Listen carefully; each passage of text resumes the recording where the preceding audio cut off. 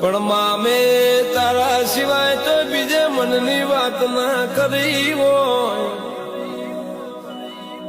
ઓ દેવી દેવી અમે તારા સિવાય બીજે તો આશા ના રાશી હોય. તો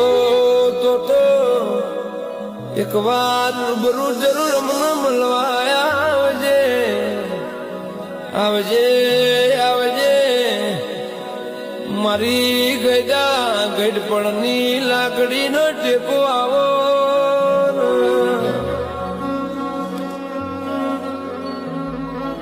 કે